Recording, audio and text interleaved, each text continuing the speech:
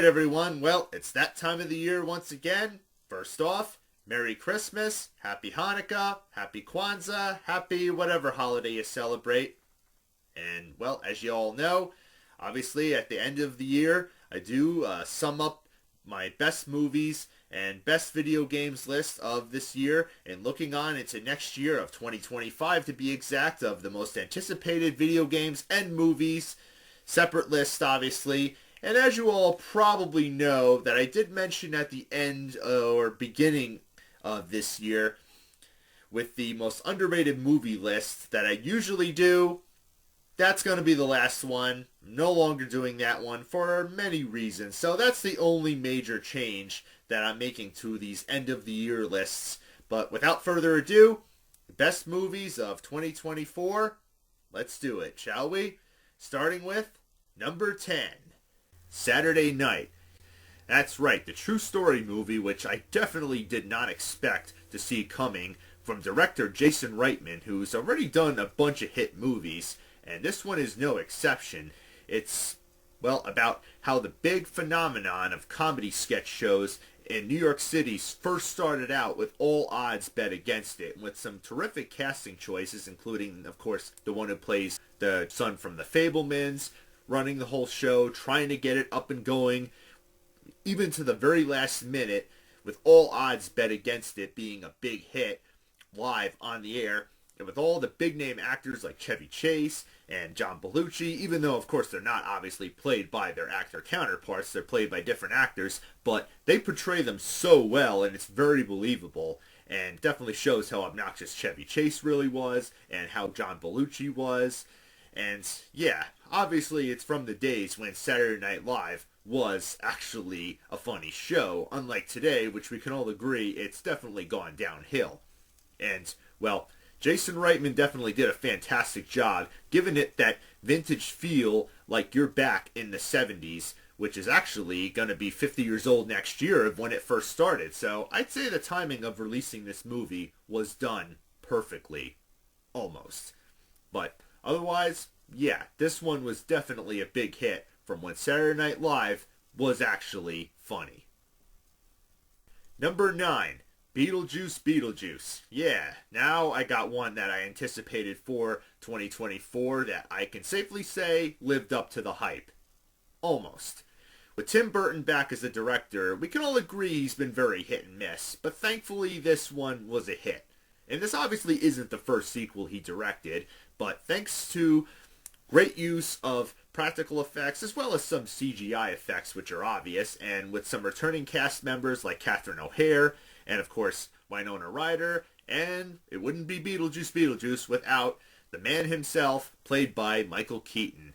That's right, he's just as funny as ever, and he gets into the role so well, as you remember from the first movie, even though it took, of course, more than 30 years. The wait was worth it. And with some new cast members that play their part in this movie so well, like especially Jenna Ortega as Lydia's daughter Astrid, she plays a big part in this movie, as you'd expect, and, well, not to give too much away about the plot canon, if you're a fan of the first one, this is definitely a must-watch, especially with some new cast members like Justin Theroux, Willem Dafoe playing a pretty big role in this movie. It has plenty of Easter eggs and nostalgic nods that pay tribute to the first movie, as well as plenty of disgusting but at the same time hilarious moments, and a huge world of the afterlife. And I'd be glad to see a third movie.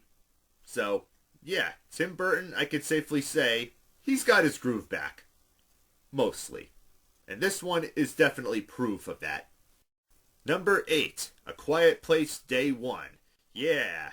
Another one that I anticipated, but didn't really know what to expect out of it, seeing how it's all completely different actors, except for one who actually does make a return from Quiet Place Part 2, and it ties itself together pretty well, and without John Krasinski's involvement, at least as the director, well, I worried for nothing because this one was thankfully worth the watch. Taking place in a big city like New York, where there's all sorts of noise and people and everything that would attract these alien creatures, well, I can't say much more. It had the great mix of horror and suspense that you remember from the first two movies, and taking place in a different environment, it was a gamble, but it paid off. and with our main lead actress alongside, of course, another actor who you probably remember for most of you Stranger Things fans as Eddie from season 4. So yeah, I would say the character chemistry between them two definitely works out. It has, of course, a lot of those slow parts, and of course, as I said, a lot of suspense build up and everything like that. And, well, it's not just another pointless prequel. It has purpose. It's got some good heartfelt, sentimental moments to it as well, and it's not too long. So, if you enjoyed the first two, definitely give this one a watch. Once again, this was a gamble that paid off. Number 7, Kingdom of the Planet of the Apes.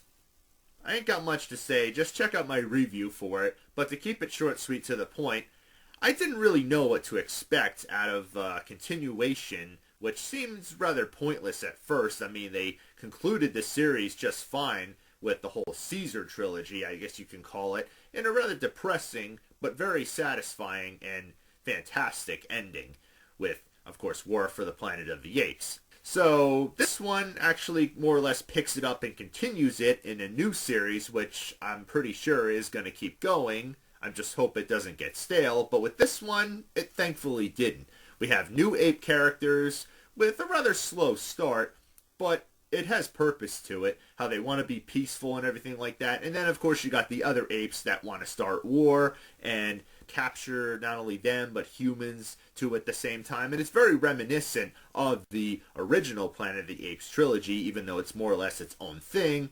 It's got some great action and great characters, not only with the apes, but the humans. Our main female lead does a fantastic job, as well as the male lead that she meets up with, played by William H. Macy. So yeah, it's a little long, a little slow at the start, but give it a chance. It definitely shows that this series can still continue pretty strongly, and that these damn dirty apes, they don't mess around when it comes to making a great ape series. And it definitely puts a pounding on your chest for sure.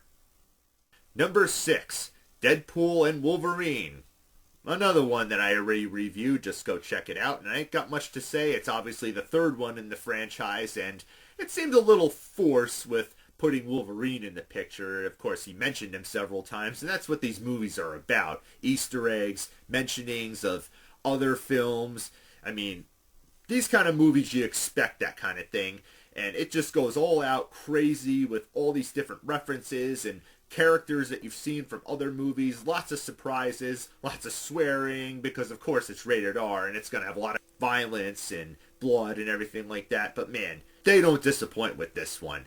It is kind of a shame that TJ Miller is not in here, but that doesn't really ruin the movie experience, because the main focus, as the title suggests, is Deadpool and Wolverine. They have kind of a twisted but very hilarious friendship in this movie, in a storyline that may not make sense at first, but you go along with it and you really will have a good time. Yeah, it's a little long, but trust me, it's worth it, and it pays off. Especially being that this is technically the first one made by Disney under their ownership, and of course the first one tied with the MCU. Number 5, Dune Part 2. Yes, one that was originally supposed to be released in 2023, November to be exact, but unfortunately got postponed due to the writer's strike, and I can safely say the wait was worth it. Especially after the first film, which was obviously a reboot to the original, which wasn't very well received. It was kind of a cult film, but this one rebooted it the right way, giving us a stellar casting from Timothée Chalamet to Zendaya, and a whole bunch of others. And with this film, of course, it brings in a whole bunch of new actors, including, of course, Elvis actor Austin Butler, alongside several others. And because, of course, the first one left itself on a cliffhanger, and you were really hoping for that stunning conclusion, and I could safely say this one definitely fulfilled the hype there, and gave us exactly what we wanted, with some stunning visuals and cinematography that just looks absolutely amazing. I mean, if you saw this on a big screen, you would just be absolutely mesmerized. And of course, most importantly, the characters were great too. The ones that returned from the first movie, as well as the new ones who have their motive in this film, which is very believable for the most part. The performances really stand out, and even though it had a slightly longer runtime than the first part, believe me, it was a worthy part 2 that pretty much wrapped up the series. Even though, of course, there's said to be part 3 coming out called Dune Messiah, and there's also, of course, Dune Prophecy prequel series, but that's a horse of a different color on Max. Anyway, this is a fantastic story arc that completes itself and definitely needed to be in 2 parts. I mean, there was no way you could have put this whole thing in one movie, just like with the newer It films. It needed to be in 2 parts, and they did it near flawlessly right here. So, yep, I ain't got much to say there. Number 4, Thelma. Yeah, not to confuse with Thelma and Louise, no, it's simply called Thelma. And this is one that was not given a huge theatrical release, though I have heard highly positive reactions on this one, and unfortunately I didn't get a chance to see it in theaters. I actually watched it on demand, and all I can say is, yeah, I can definitely see what they're talking about. And this is one that's kind of a lighthearted type of comedy. It's about an elderly woman played by June Squibb, who does a fantastic job as an elderly grandmother and has a grandson who she's very close to, and shows her the ropes of the whole 21st century technology with computers and everything like that. And, well, a thing happens with her getting tricked into thinking that the grandson is in jail. She has to give thousands of dollars and put it in the mail, which she does, and it turns out it's a scam. So she has to try to get the money back from whoever scammed her. And that's basically the whole plot canon right there. And believe me when I say it's hilarious as ever. It definitely shows that even an elderly woman like June Squibb can pull a really good lighthearted comedy and make it entertaining and nice feel good, and, well, definitely a real sleeper hit to say the least. Not just about, you know, the whole thing with scams and everything like that, because it is very relatable, but also about family, because her family is also trying to track her wherever she goes. I mean, it's hilarious how the extra mile she goes to try to find this person that scammed her. I mean, she goes as far as to go into an old folks' home and steals a slow-moving scooter out of there, and not to mention also, this is actually the last movie where the Shaft actor himself makes an appearance. May he rest in peace, unfortunately. But yeah, she goes as far as you could imagine, and the extra mile she goes makes it worth the watch. It's not too long, and as I said, wasn't given a big theatrical run, but that's why it's, as I said, called a big sleeper hit, and I think it's the best one of the year. Number 3, Wicked. Part 1, obviously, and yeah, believe it or not, after all the skepticism that me and many people had, being that, number 1, it was made by Universal, and I thought to myself, why is it being made by Universal? Which, don't get me wrong, they made some great movies, and I love their theme parks, but why isn't it being made by MGM like the original Wizard of Oz movie was? And thank God I was 100% wrong, because even with some of the casting choices in this, which were questionable, you got Jeff Goldblum as the wizard himself, you got Ariana Grande as Glinda, and of course, Cynthia Erivo as the Wicked Witch herself, which tells the story and origin of how she became the Wicked Witch, leading up to that whole thing. Her relationship with Glinda, it's so well done, and the performances are fantastic.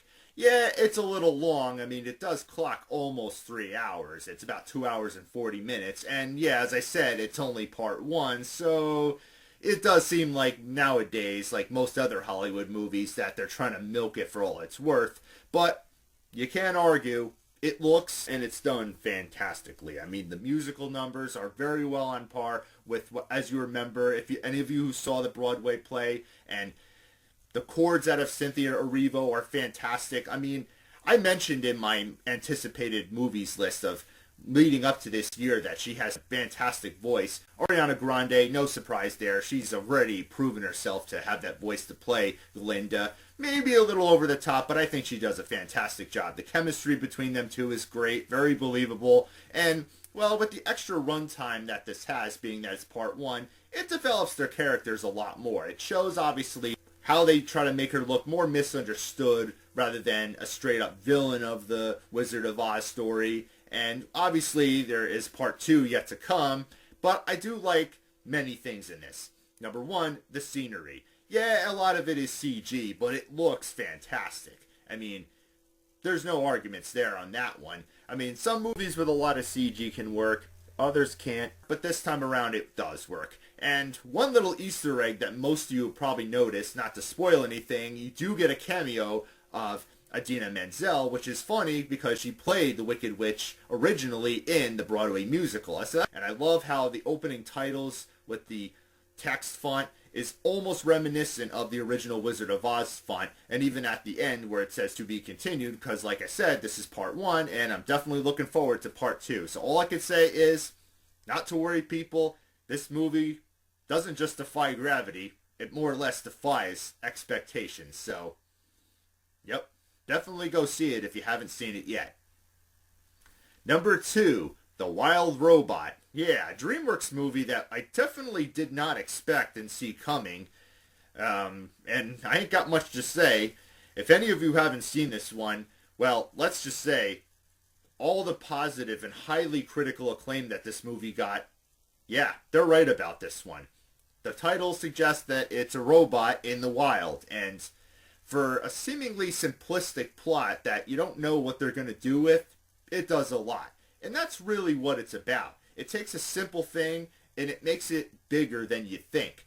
I mean, it's about a robot that gets lost. It's one of those delivery robots or whatever, with the technology nowadays, and it seemingly takes place in the future because you do see other parts of the world throughout the movie, and, well, with the climate change and everything like that, and, well, how it interferes with the wild. It does a fantastic job with that. With DreamWorks movies, you could always expect fantastic CGI visuals, and this one does not shy away. It does not cheap out with that. It looks fantastic, and the voice casting with all the animals, and they don't just talk for no reason. They actually explain why the animals talk, and the relation between the robot and animals is complex, but it works. Basically, it focuses on how he tries to get a little duck or goose, whatever, to try to fly with all his other flock to get away for the winter. And, well, I like one thing of how all the different types of animals, you got predators and prey that prey on one another, because, yeah, it's the whole food chain with all the animals living in the wild,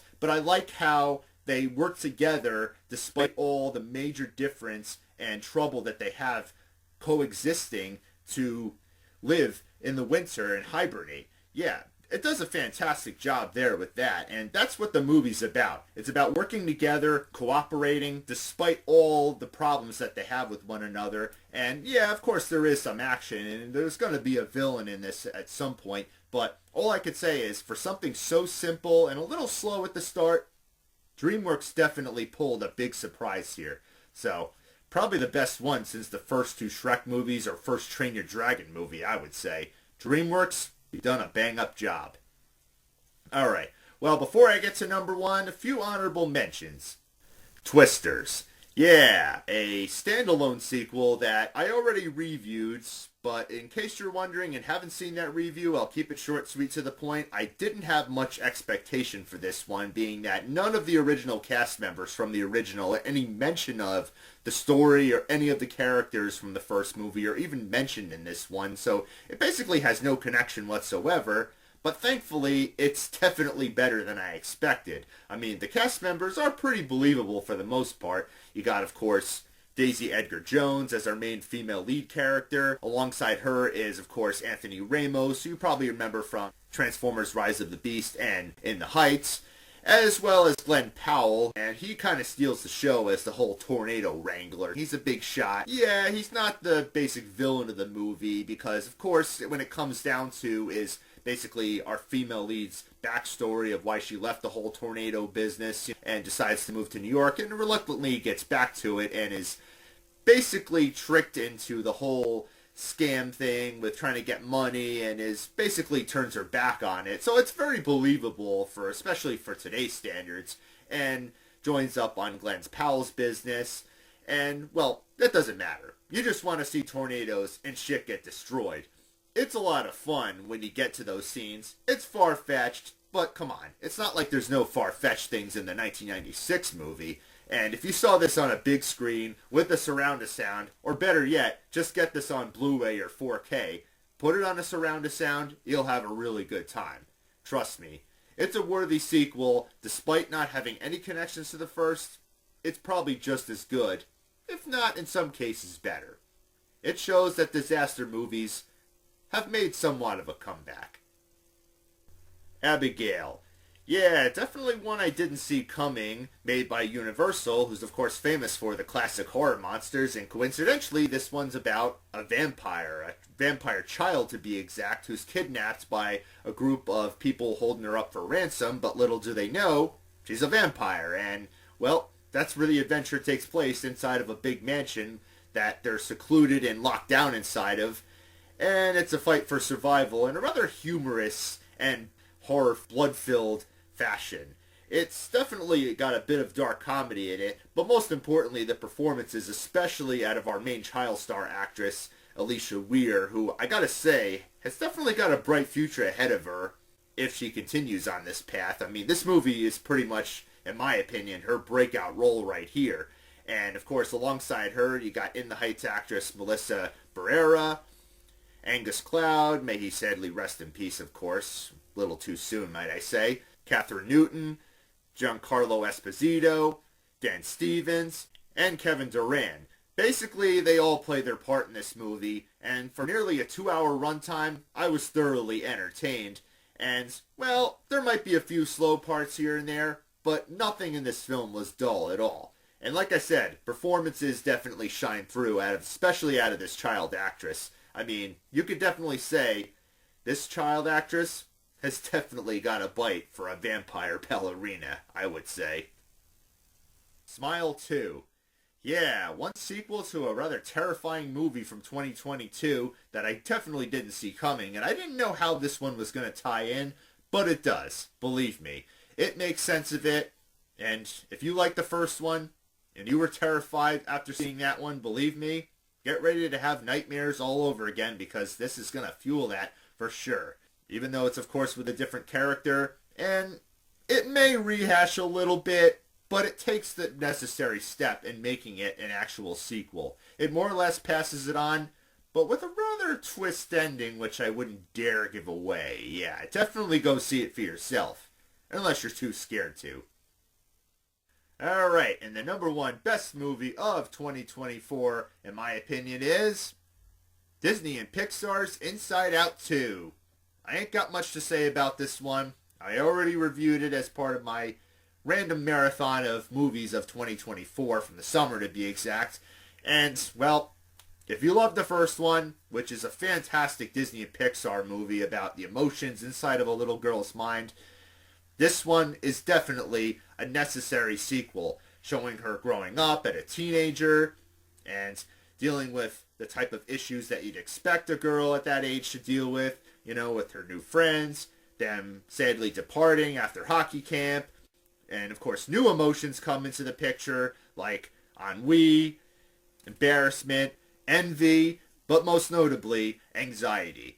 And I can't stress any more that the voice casting behind her is so spot on by Maya Hawke, who probably best known for any of you Stranger Things fans as Robin in that series. And yeah, she's been in other things, but casting perfection right there, people. And obviously she tries to change her, not necessarily for the best, but being that she's a teenager, she's going to go through those type of things, and, well, how she tries to push her past her limits of what she can do. She tries to think that she's not good enough and she has to do better, and how it puts a strain on her friendship with her friends that are about to leave. And it's like, it really kept me on the edge of my seat thinking, like, what's going to happen next? And it's so relatable for the most part. And yeah, it's great to see that Disney and Pixar can really do something so great. I mean, after the last year or two of constant box office bombs and disappointments, it's great to see Disney and Pixar back in full force with a great film. This was one they needed.